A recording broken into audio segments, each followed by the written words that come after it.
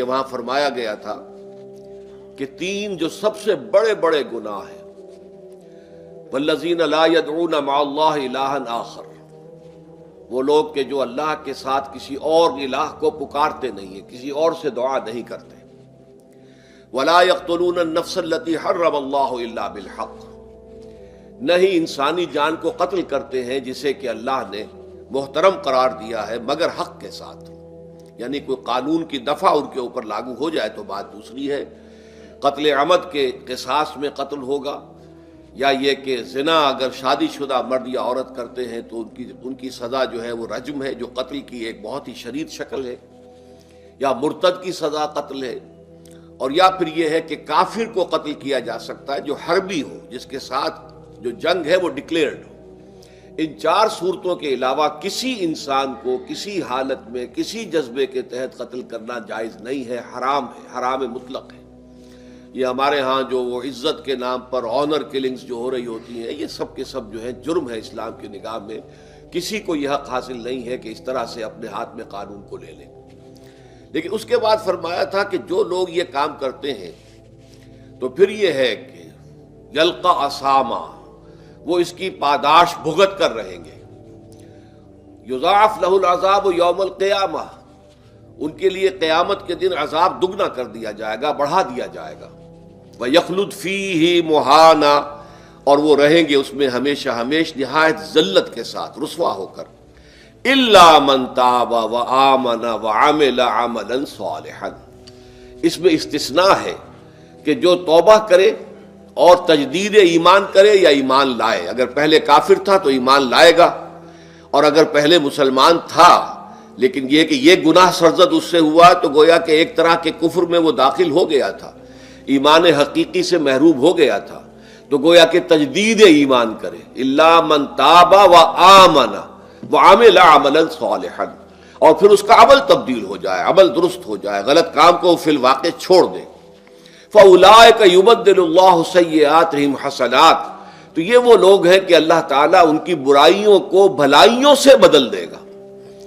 یہ بات جو ہے بہت بلند ہے، اس میں اللہ تعالیٰ کی طرف سے وعدہ جو ہو رہا ہے کہ فاولئک یبدل اللہ سیئاتہم حسنات وکان اللہ غفورا رحیما ومن تاب وعمل صالحا، پھر دوبارہ تکرار کے ساتھ یہ بات آ چکی ہے، جو توبہ کرے اور پھر عمل اچھا کرے، فإنہ یتوب الی اللہ متابا، تو وہ ہے جو حقیقت میں توبہ کرتا ہے اللہ کی جناب میں جیسے کہ توبہ کرنی چاہیے، عمل میں کوئی تبدیلی نہ ہو، اور توبہ کی تسبیح ہوتی رہے، استغفر اللہ ربی من کل ذنب واتوب الیہ، آپ نے 10 تسبیحیں کر دی، 1000 مرتبہ کہہ لیا، یہ سب زیرو ہے اللہ کی نگاہ میں۔ ذکر کا ثواب مل جائے گا کہ اتنا وقت آپ نے اللہ کا نام لیا ہے، اللہ کا ذکر کیا ہے، اس کا ثواب تو ملے گا، لیکن یہ توبہ نہیں ہے، اس سے کسی گناہ کی معافی کا کوئی سوال نہیں ہوتا، اس سے برائیوں کے بھلائیوں میں بدلنے کا کوئی امکان نہیں ہے، اس سے اس کی سزا سے بچنے کی کوئی سبیل نہیں ہے۔ اب سورہ تحریم میں خاص طور پر ایک خاص جو پس منظر ہے اس کے اعتبار سے یہ آیت آ رہی ہے، یا ایھا الذین آمنوا توبوا الی اللہ توبۃ نصوحا، اے وہ لوگوں جو ایمان لائے ہو، اے ایمان کے مدعیوں، دعوے داروں، توبہ کرو اللہ کی جناب میں، لیکن وہ توبہ خالص ہونی چاہیے، توبۃ نصوحا۔ اس سورہ مبارکہ کے پس منظر کو نوٹ کیجئے تو اس میں ایک خطائے اجتہادی کہہ لیجئے حضور سے ہو گئی تھی صلی اللہ علیہ وسلم، اگرچہ وہ خطا جانب خیر میں تھی، اچھے کام کے لیے تھی، برے کام کے لیے نہیں تھی، کہ آپ نے اپنی ازواج مطہرات کی دل جوئی کے لیے ایک شے جو اللہ کی طرف سے آپ کے لیے حلال تھی اس کو استعمال نہ کرنے کی قسم کھا لی، تو اس پر حضور کو روکا گیا، یا ایھا النبی لم تحرم ما احل اللہ لک تبتغی مرضات ازواجک، اے نبی کیوں آپ اپنے اوپر حرام ٹھہراتے ہیں وہ شے جو اللہ نے آپ کے لیے حلال قرار دی ہے؟ کیا آپ اپنی بیویوں کی رضا جوئی کے لیے ایسا کر رہے ہیں؟ واللہ غفور الرحیم، اللہ غفور ہے، رحیم ہے، اللہ نے آپ کی اس خطا سے درگزر کیا ہے، لیکن قد فرض اللہ لکم تحلۃ ایمانکم، اللہ تعالیٰ نے راستہ تمہارے لیے کھول دیا ہوا ہے کہ ایسی قسموں کو کھولا جا سکتا ہے، جس کے لیے کہ سورہ مائدہ کے اندر کفارہ دے دیا گیا۔ تو گویا کہ حضور کو یہاں حکم دیا جا رہا ہے کہ آپ اپنی اس قسم کا کفارہ دیجئے، قسم کا، اور یہ جو قسم ہے اس کو کھول دیجئے۔ نمبر 2 پہ پھر 2 ازواج مطہرات کا معاملہ آیا کہ حضور نے ایک راز کی بات کہی ایک زوجہ محترمہ سے، لیکن انہوں نے وہ راز جو ہے وہ دوسری زوجہ محترمہ کو پہنچا دیا جن میں زیادہ آپس میں قریبی تعلق تھا. تو گویا کہ یہ بھی ایک طرح سے خیانت ہو گئی، اس لیے کہ راز جو ہے وہ تو ایک امانت ہوتا ہے، اور خاص طور پر عائلی زندگی میں میاں بیوی کے درمیان کے جو معاملات ہوتے ہیں وہ تو بہت ہی رازداری پر مبنی ہوتے ہیں. اس لیے ان میں سے کوئی چیز جو ہے جس کو خاص طور پر کہا گیا ہو کہ یہ ایک راز کی بات ہے، یہ تم سے کہہ رہا ہوں، کسی اور سے کہنا نہیں ہے، تو اس میں جو غلطی ہوئی ہے وہ بھی ایک بڑی غلطی تھی حضرت عائشہ صدیقہ رضی اللہ تعالی عنہا ان کی.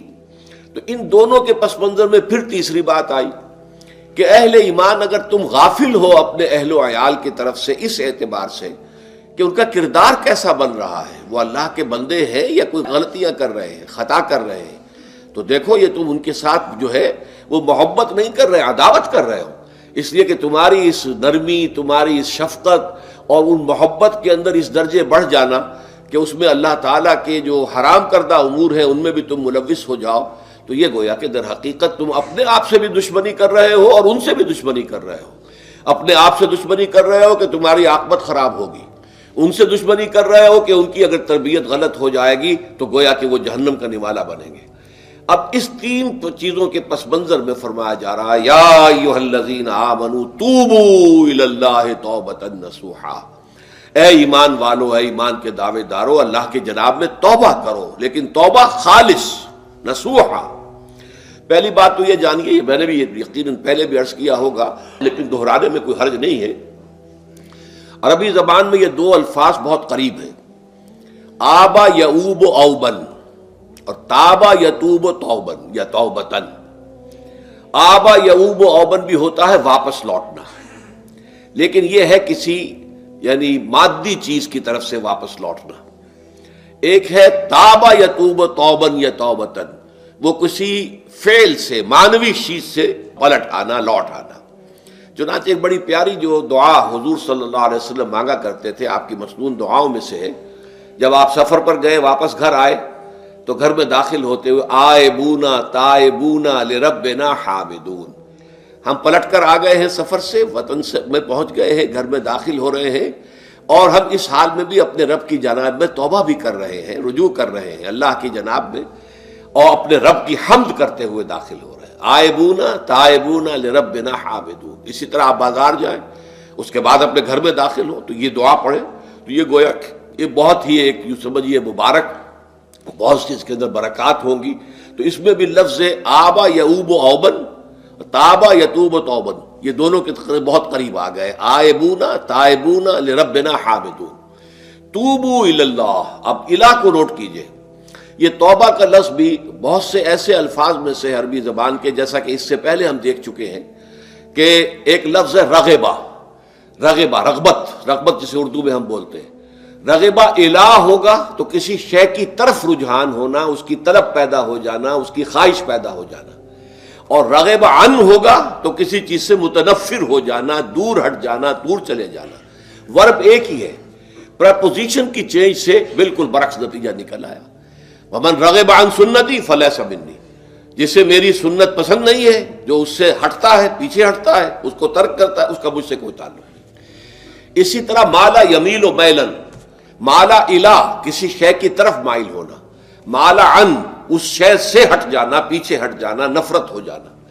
اسی میں وہ لفظ تھا سا، فقط سقط قلوبکما، تمہارے دل جو ہے وہ تو مائل ہو ہی گئے ہیں.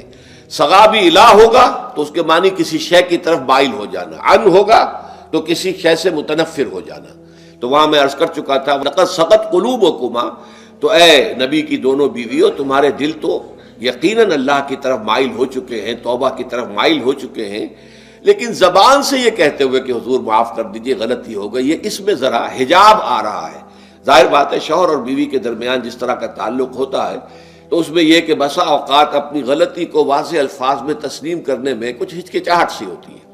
تو وہ ایک کیفیت تھی کہ تمہارا دل تو مائل ہو چکا ہے، لیکن یہ کہ تم ذرا زبان سے بھی کہو، اقرار کرو. اسی طریقے سے یہ لفظ توبہ ہے، توبہ الہ ہے، کسی کی جناب میں توبہ کرنا. جب اللہ تعالیٰ کی طرف توبہ کا لفظ آئے گا تو توبو الی اللہ توبۃ نصوحا، اللہ کی جناب میں توبہ کرو. اور جب اللہ تعالیٰ توبہ کرتا ہے، یہ لفظ جو ہے دو طرف استعمال ہوتا ہے، تواب بندہ بھی ہے، تواب اللہ بھی ہے. اللہ تواب ہے، بہت توبہ کا قبول کرنے والا، بندہ تواب ہے، بہت زیادہ توبہ کرنے والا۔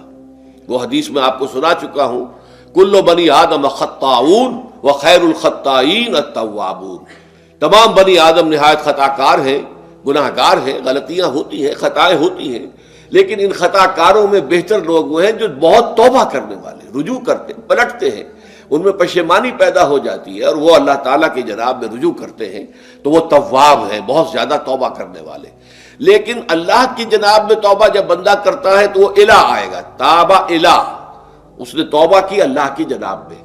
اللہ توبہ کرتا ہے یعنی اللہ تعالیٰ جو ہے اپنی نظر شفقت اور نظر رحمت جو پھیر دی تھی اس نے کہ ایک بندے نے گناہ کیا ہے، میرے حکم کی جو ہے خلاف ورزی کی ہے، معصیت کا ارتکاب کیا ہے، تو اللہ تعالیٰ اپنی رحمت اور شفقت کی نگاہ اس سے ہٹا لیتا ہے۔ لیکن جب بندہ توبہ کرتا ہے تو پھر اللہ تعالیٰ بھی رجوع فرماتا ہے اور اپنی شفقت اور رحمت اور مغفرت کے ساتھ بندے کی جانب متوجہ ہو جاتا ہے۔ لیکن وہاں تابہ اعلیٰ آئے گا، تب علینا، اے پروردگار ہماری توبہ کو قبول فرما، وہ الہ کے ساتھ آئے گا۔ ہم جب توبہ کریں گے تو وہ الہ کے ساتھ آئے گا۔ تو یہاں فرمایا توبو الی اللہ، اللہ کی جناب میں توبہ کرو، پلٹو، رجوع کرو، اور توبۃ نصوحا، خالص توبہ۔ اس کی جو وضاحت تھوڑی سی میں ابھی کر چکا ہوں کہ خالص توبہ سے مراد کیا ہے۔ یہ نہیں کہ بس توبہ کی ورد ہو رہا ہے اور توبہ جو ہے وہ اس کے کلمات زبان سے ادا کیے جا رہے ہیں۔ بعض لوگ ہیں وہ جو آیت کریمہ ہے اس کا 1.25 لاکھ کا ہو رہا ہے، ورد ہو رہا ہے، کتنا ہو رہا ہے، اس کی تسبیح پڑھ رہے، اس سے کچھ نہیں ہوتا جب تک کہ دل کے اندر گناہ سے نفرت پیدا نہ ہو جائے، حقیقی پشیمانی نہ ہو کہ یہ مجھ سے بہت غلط حرکت سرزد ہوتی رہی ہے، پختہ ارادہ نہ ہو کہ آئندہ یہ کام نہیں کروں گا یا کروں گی، اور یہ کہ بالفعل بھی اس کام کو چھوڑ دیں۔ یہ 3 شرطیں کم سے کم ہیں ان چیزوں میں کہ جو حقوق اللہ میں سے اللہ تعالیٰ کے حقوق، ان میں کوتاہی ہوئی ہے، ان میں غلطی ہوئی ہے، اس میں انسان نے کسی معصیت کا ارتکاب کیا ہے، تو 3 شرطیں۔ حقیقی پشیمانی نمبر 1، جس کے لیے میں نے اقبال کا شعر آپ کو سنایا تھا جو بالکل نوجوانی کے دور میں انہوں نے کہا تھا، اور کسی، اب میں نام بھول رہا ہوں، کوئی بہت بڑے شاعر تھے، استاذ تھے، اساتذہ، استاذ الشعراء، انہوں نے کہا تھا کہ میاں صاحبزادے اس عمر میں اور یہ شعر اس قدر اونچا شعر ہے کہ موتی سمجھ کے شان کریمی نے چن لیے قطرے جو تھے میرے عرق انفعال کے۔ انفعال کہتے ہیں شرمندگی کو، کہ میں جب شرمندہ ہوا کہ میں اللہ کی جناب میں یہ کیا حرکت کر بیٹھا، تو اس سے میری پیشانی پر جو پسینے کے قطرے رونما ہوئے، اللہ تعالیٰ نے ان کو موتی سمجھ کے چن لیا۔ اللہ تعالیٰ کو بندے کی توبہ سے اتنی خوشی ہوتی ہے۔ وہ حدیث بھی میں آپ کو سنا چکا ہوں کہ تم اندازہ کرو، ایک شخص ہے کہ جو ایک ریگستان میں لقودق صحرا میں سفر کر رہا تھا، اس کا ایک اونٹ تھا جس پر وہ سفر کر رہا تھا، اسی پر اس کا جو بھی راستے کا کچھ کھانا وانا تھا، خوراک تھی، وہ بھی، اس کی پوٹلیاں بھی تھیں اور پانی کی چھاگل بھی بندھی ہوئی تھی۔ تھوڑی دیر کے لیے وہ ایک درخت کے سائے میں بیٹھ گیا استراحت کے لیے، وہ اسی میں آنکھ لگ گئی اس کی۔ اب جب آنکھ کھلی تو دیکھا کہ اونٹ غائب ہے۔ اب اونٹ گویا کہ اس کی زندگی کا واحد سہارا، کہاں جائے گا اب بغیر اونٹ کے؟ اس دوڑا دائیں بائیں، شمال جنوب مغرب مشرق، سب میں کہیں جہاں تک وہ کر سکتا تھا اسے کہیں اونٹ نظر نہیں آیا۔ تو پھر وہ اسی درخت کی سائے میں آ کر بیٹھ جاتا ہے موت کے انتظار میں کہ اب تو موت ہی آئے گی، نہ کھانے کو کچھ، نہ پینے کو پانی، نہ سواری کہ میں کہیں یہاں سے نکل سکوں۔ اچانک دیکھتا ہے کہ وہ اونٹ تو کھڑا ہوا ہے اور وہ سامان بھی موجود ہے۔ تو اس میں فرط مسرت کی وجہ سے خوشی اتنی شدید ہوتی ہے اسے کہ وہ کہنا تو یہ چاہتا ہے اے اللہ میں تیرا بندہ ہوں، تو میرا رب ہے، لیکن وہ کہہ یہ بیٹھتا ہے اے اللہ میں تیرا رب ہوں، تو میرا بندہ ہے۔ یعنی اتنا وہ اپنے اس میں حواس کھو بیٹھتا ہے خوشی کی وجہ سے۔ اتنی ہی خوشی ہوتی ہے اللہ تعالیٰ کو اپنے کسی گناہ گار بندے کی توبہ سے۔ اب آپ اندازہ کیجئے، یہ ہے جو تشبیہ حضور صلی اللہ علیہ وسلم نے توبہ کی عظمت کے لیے بیان کی۔ تو اس کے حوالے سے، اور میں آپ کو فلسفے کے طور پر بھی بتا چکا ہوں کہ بہت بڑی غلطی جو ہے، جیسے ان دونوں صورتوں کا جو مرکزی مضمون میں نے بتایا تھا کہ خاندانی زندگی میں 2 انتہائی کیفیات پیدا ہوتی ہیں، یا میاں بیوی کی موافقت نہیں ہو رہی تو آخری حد ہے طلاق، یا یہ ہے کہ اتنی محبت ہو گئی ہے کہ محبت کی وجہ سے شریعت کی حدود کے اندر رد و بدل ہو رہا ہے۔ تو پہلے کے موضوع کے اوپر سورہ طلاق ہے اور دوسرے موضوع کے اوپر سورہ تحریم ہے۔ تو طلاق کے معاملے میں بھی عیسائیوں سے جو بہت زیادہ غلطی بہت بڑی سرزد ہوئی وہ یہ ہے کہ حضرت عیسیٰ نے یہ فرمایا تھا کہ جو شخص اپنی بیوی کو طلاق دیتا ہے گویا کہ ناحق، وہ گویا کہ اس سے زنا کرواتا ہے، یعنی یہ کہ طلاق ہو گیا اس کو، اب وہ بیچاری جو ہے وہ بے شوہر کے ہے، عام طور پر مطلقہ سے کوئی شادی نہیں کرتا، تو اب اس کے فتنے میں مبتلا ہونے کا امکان موجود ہے، وہ زناکاری پر آمادہ ہو سکتی ہے، تو جس شخص نے اسے غلط طلاق دی تھی در حقیقت وہ ذمہ دار ہوگا اس زناکاری کا جو وہ کر رہی ہے۔ یہ اصل میں ایک اخلاقی تعلیم تھی جس کو کہ انہوں نے قانونی سمجھ لیا اور طلاق کا دروازہ بند کر دیا، حالانکہ شریعت موسوی میں طلاق کا راستہ کھلا تھا جیسے شریعت محمدی میں، کہ اگر کوئی صورت ایسی ہے کہ مزاج نہیں مل رہا ہے تو ٹھیک ہے، علیحدہ ہو جاؤ، سیپریشن کا راستہ کھلا ہوا ہے۔ اگرچہ اللہ کو حلال چیزوں میں سب سے زیادہ ناپسند طلاق ہے، اللہ چاہتا یہی ہے کہ یہ بندھن بندھ جائے تو بندھا رہے ساری عمر، لیکن یہ کہ یہ بھی نہیں ہے کہ گھر کے اندر چخ چخ ہوتی رہے، چپکلش چلتی رہے، گھر کے اندر چین نہ رہے، راحت نہ رہے، باہمی اعتماد نہ ہو اور پھر بھی وہ بندھن بندھا رکھا جائے، اس کا کوئی فائدہ نہیں۔ تو قانون وہ تھا لیکن اخلاقی تعلیم یہ تھی، جیسے حضور نے فرمایا ابغض الحلال عند اللہ الطلاق، لیکن ساتھ ہی میں نے وہ حدیث بھی آپ کو سنا دی کہ جو شخص اپنی بیوی کی جو بھی اس کی روش ہے اس سے سخت نالاں ہے، شکایتیں کرتا پھرتا ہے دوسروں سے، طلاق نہیں دیتا، تو اللہ تعالیٰ اس کی دعا سنتا ہی نہیں کہ جب میں نے تمہارے لیے راستہ کھلا ہوا تھا وہ تم اختیار نہیں کر رہے۔ تو یہی معاملہ در حقیقت عیسائیوں نے اس حد تک بڑھایا کہ حضرت آدم اور حوا سے جو خطا ہو گئی تھی وہ خطا جو ہے وہ تو ہر انسان دنیا میں جو آتا ہے تو خطا کار ہے، وہ اپنے آباء و اجداد، اپنے اماں حوا اور اپنے ابا آدم کی خطا لے کر اپنے ساتھ پیدا ہو رہا ہے، تو گناہ گار ہے۔ Man is sinful from the very birth. اب اس کا کیا علاج ہو پھر؟ وہ تو اس کا علاج ڈھونڈا کہ اللہ نے اپنا اکلوتا بیٹا زمین پر بھیج کر اور اسے ان لوگوں کی طرف سے کفارہ بنا لیا کہ جو ہمارے اس بیٹے پر ایمان لے آئے۔ یہ سارا عقیدہ بنائے فاسد علی الفاسد کیوں ہوا؟ کہ توبہ کے بارے میں تصور ان کا غلط ہو گیا۔ اللہ قرآن مجید نے واضح کیا کہ غلطی تو ہوئی تھی حضرت آدم و حوا سے، شیطان کے بہکانے میں آ گئے تھے، لیکن یہ کہ پھر انہوں نے توبہ کی، اللہ نے تاب علیہ، اللہ نے اس کی توبہ قبول فرما لی۔ فتلقى آدم من ربہ کلمات فتاب علیہ، تو آدم نے اپنے رب سے کچھ کلمات سیکھ لیے، پشیمانی تو ہو گئی تھی، شرمندگی ہو گئی تھی، لیکن الفاظ نہیں مل رہے تھے، کن الفاظ میں اللہ کی جناب میں توبہ کروں۔ اللہ کی کمال شفقت کے اللہ نے وہ الفاظ بھی انہیں تلقین کر دیے جو سورہ اعراف کے اندر بیان ہوئے ہیں، ربنا ظلمنا انفسنا وان لم تغفر لنا وترحمنا لنکونن من الخاسرین، اللہ نے توبہ قبول فرما لی، فتاب علیہ۔ اب جو بچہ پیدا ہو رہا ہے نسل آدم کا، وہ کوئی اپنے جد امجد جو ہے حضرت آدم اور حضرت حوا کے گناہ کی پوٹ لے کر نہیں آتا ہے، وہ تو کل مولود یولد علی الفطرہ، فطرت الاسلام پہ پیدا ہوتا ہے۔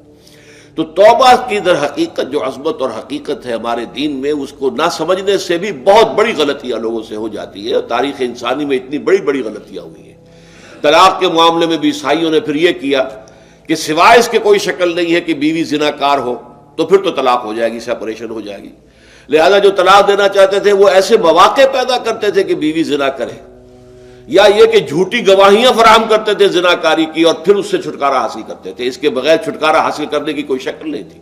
اس پر بڑے بڑے افسانے جو ہیں وہ مغربی لٹریچر کے اندر آپ کو ملیں گے کہ عورت سے نجات پانے کے لیے انہیں پھر یہ کرنا پڑتا تھا کہ جھوٹے طور پر جھوٹا الزام تہمت لگا کر اس کے اوپر زنا کا الزام ثابت کرے، یا یہ ہے کہ اسے واقعتاً خود ایسے حالات میں ڈال دے کہ وہ زانیہ بن جائے اور پھر اس سے نجات حاصل۔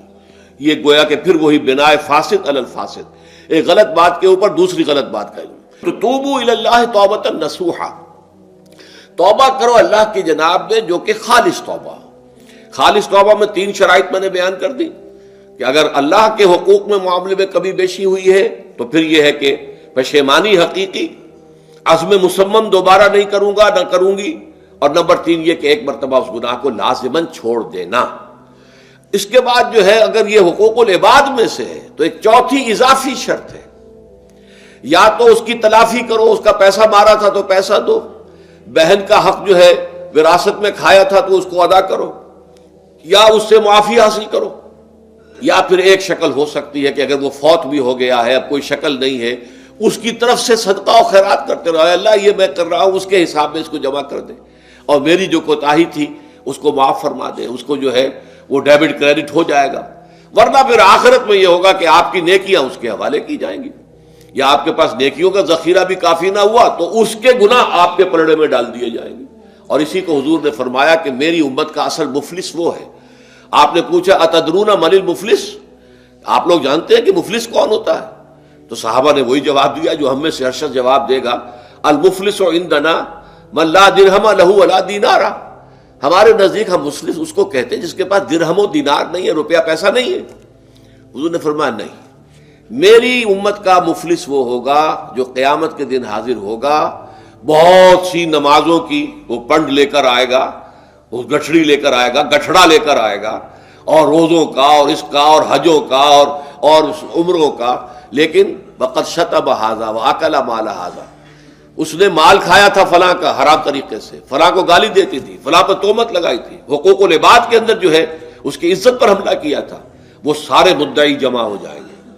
اللہ تعالیٰ کسی سے کہے گا بھائی تم اس کی نمازیں لے جاؤ، کسی سے کہے گا اس کے روزے لے جاؤ، اچھا تم لو حج لے جاؤ، اس کے عمرے لے جاؤ. اس کے بعد بھی مدعی باقی ہوں گے، تو اب مدعیوں کے گناہ اس کے پلڑے میں ڈالے جائیں گے، اور پھر وہ دوسروں کے گناہوں کے بوجھ تلے دب کر جہنم میں جھونک دیا جائے گا. تو یہ حقوق العباد کے اندر معاملہ اس سے بھی کہیں زیادہ سخت ہے کہ جو حقوق اللہ کا ہے.